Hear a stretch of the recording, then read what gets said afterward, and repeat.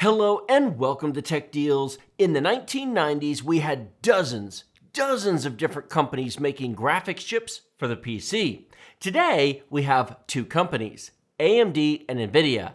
And that's kind of sad when you think about the rapid iteration we used to enjoy back then. Thankfully, a third player has entered the battle. Intel has finally launched the long-awaited Arc A770 dedicated GPU, bringing a third option into the discrete graphics card market. Oh, do I have a lot to say about this one. Please sit back and relax, grab a drink, grab a snack, and let's get into it.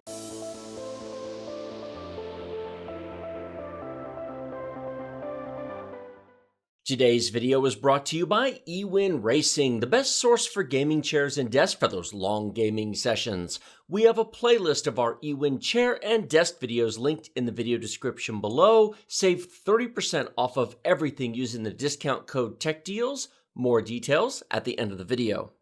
Intel's new Arc A770 is not like their traditionally terrible integrated graphics of yesterday. This is a serious GPU for serious gamers. Gamers and content creators, one day, but that day isn't today. For now, it's just gaming. What would you say to $349 for a graphics card that can handle 1440p ultra-wide at high detail, that can hold 60 frames per second in the 1% low, and comes with 16 gigabytes of VRAM? You would probably say, that's a deal. Or you should, because it is. Sort of. We'll get to the sort of in just a minute. The closest competition is the RX 6700 XT from AMD. That card has 12 gigabytes of VRAM, which is enough for a hot minute, but it's really not faster than the Intel card, and it does tend to cost a little bit more. Nvidia's option is the RX 3070. It has a woeful 8 gigabytes of VRAM, which is not enough for 1440p ultra-wide gaming today, and it won't be enough for any 1440p gaming in a hot minute or two. It also costs more than the Arc A770. So, easy win from Intel. Everyone should rush right out now and buy one. Not so fast. There are some asterisks here that need to be talked about. Before we get to those, allow me to show you some game footage. This is Ghost Recon Breakpoint running at 1440p ultra-wide at high detail. For those of you who don't know, 1440p ultra-wide is 50% more pixels on screen versus standard 1440p. It's 5 million versus 3.6, so it's quite demanding to run. The Arc A770 is averaging around 75 frames per second, and it's holding a 1% low of 60. This means that 99% of the time, your frame rates are above 60 frames per second, which is a solid result from a $350 graphics card in a demanding open-world game like Breakpoint.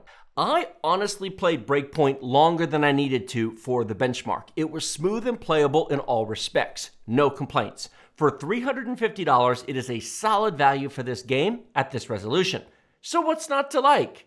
Don't worry, we'll get there. Next, we have The Division 2, another one of my favorite games from 2018, also running at 1440p ultra-wide, also running at high detail. This time, the performance isn't quite as good. We averaged 60 frames per second and held a 48 1% low, which is still perfectly fine, at least for the single-player stuff. I wouldn't want to get into the dark zone at this level of performance. Multiplayer will drop off, and you will either need to compromise detail settings or resolution, or you need more graphics card. Speaking of more GPU, this is a good time to point out something that gets overlooked all too often. You can pick from good, fast, and cheap, but you can only pick two of them at a time. If you have a performance problem, typically the application of money will fix it. If you want a large boost in performance, the liberal application of money will fix it. Here is the Division 2, again at 1440p ultra-wide, however this time we are at ultra detail. This is playing on my personal gaming computer at home featuring an i9 9900K, and the performance is notably faster. We are at 100 frames per second, and that's honestly not even as fast as it will go because I've got VSync turned on at home. But wait, it gets better. My home PC is not being recorded by an external machine as the Arc A77 was in the previous recording. This is OBS recording using NVENC on my 3090 to capture this footage at 100 megabits per second in high quality mode. Plus, I have a slower CPU at home to boot. Let's review. 66% higher frame rate, higher detail setting, GPU being used to record the footage, and a slower CPU. Right now, used RTX 3090 cards are selling for under $750 on eBay, just over double the cost of a new ARC A770. It's an option to consider if you're looking to make your performance problems go away. Now that we've covered the good, let's talk about the bad. The ARC A77 is awesome if you're playing a DirectX 12 or Vulkan game, as we just were. It's, how do I put this? Less so if you're playing a DirectX 11 game. This is Grand Theft Auto V, everybody's favorite 2013 console release, launched in 2015 for the PC, and it plays very well at 1440p ultra-wide at very high detail. It almost holds 60 frames per second. Not quite, but it's quite playable. If you want to get 60 frames per second, you will have to lower the detail settings to high detail. We averaged 49 frames per second with a 34 in the 1% low, which is playable, but now that I actually think about it, is terrible considering this is a 7-year-old PC game and a 9-year-old console game. Yes, really, the ARC A770 should be embarrassed by these numbers. Now, in fairness, some DirectX 11 games run better than others. It depends upon how much recent development the game has received, how much driver development work Intel has done, and perhaps a visit from Lady Luck. I had planned to run this card through our entire GPU test suite of 17 games. However, one game stopped me dead in my tracks.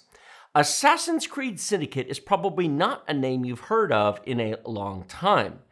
Here, you're watching a GTX 1080 on an FX 8300 at 1440p, very high detail, having no issues holding 60 frames per second.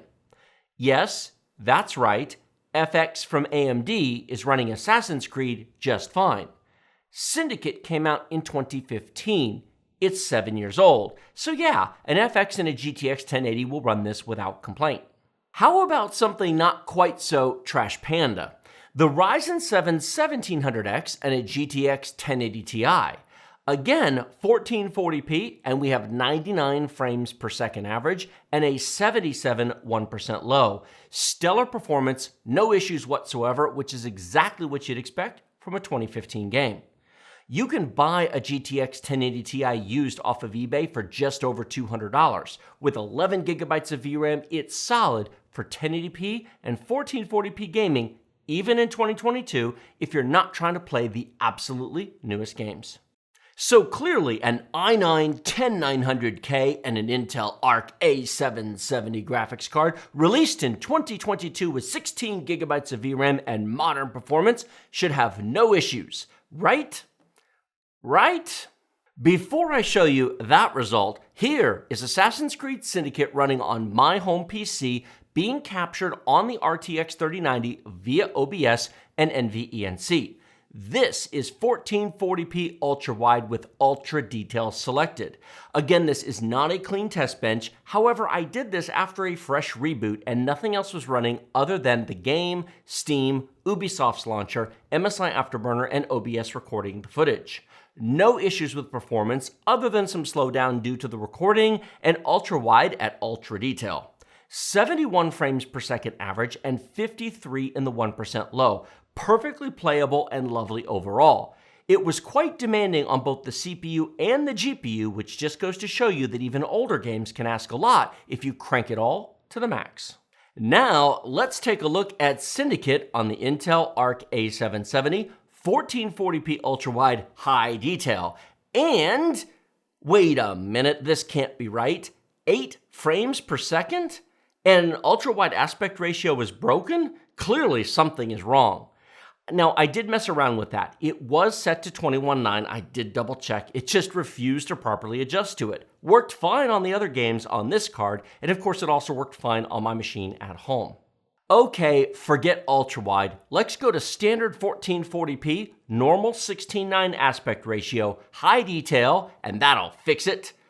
Houston, we have a problem. 10 frames per second is not fixed. What the heck is going on here? This is only controllable because I'm not really doing anything. I'm just running around the map. You could not play the game like this.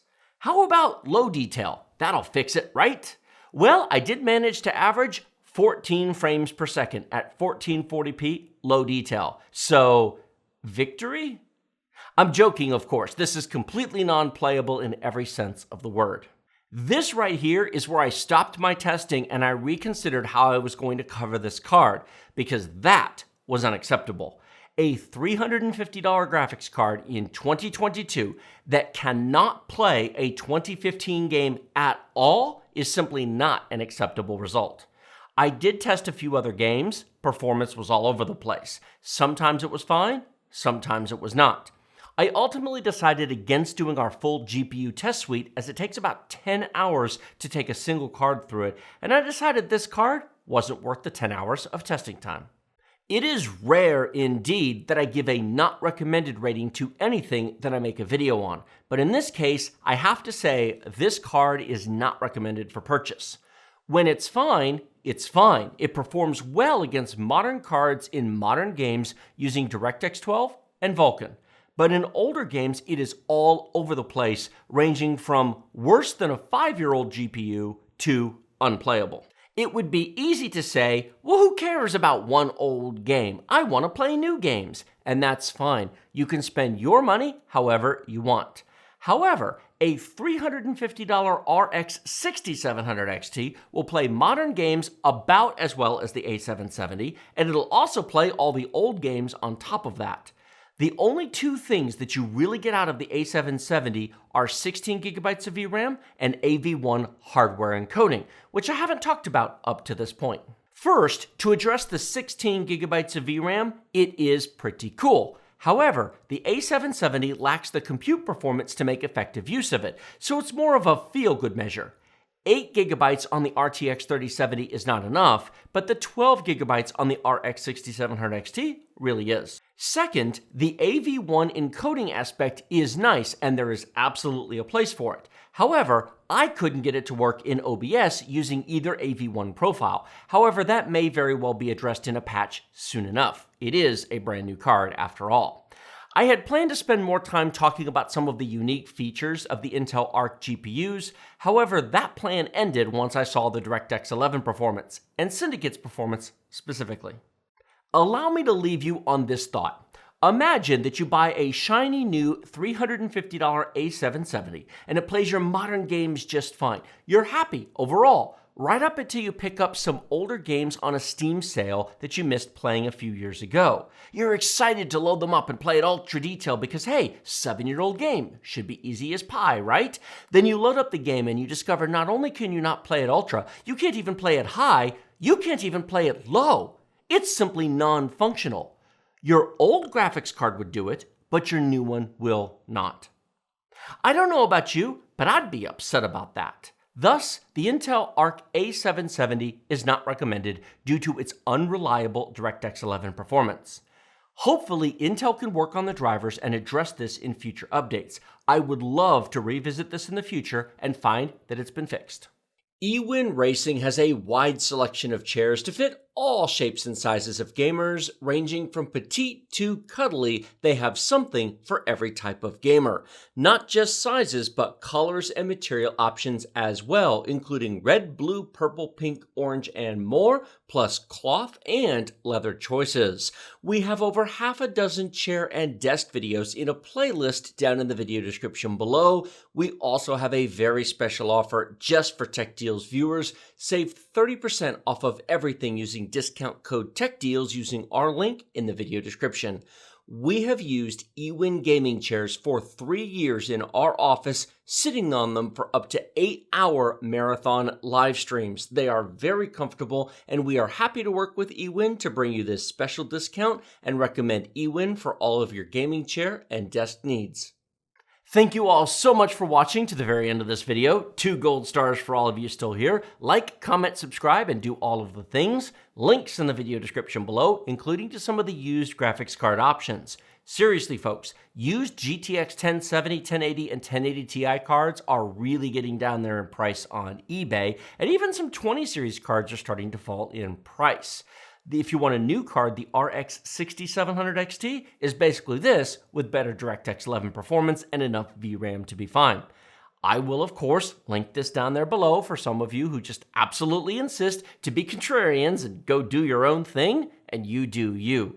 But really, DirectX 11 is all over the place. I hope they fix it in drivers, I really do. I want a third competitor in the GPU space. That would be pretty awesome.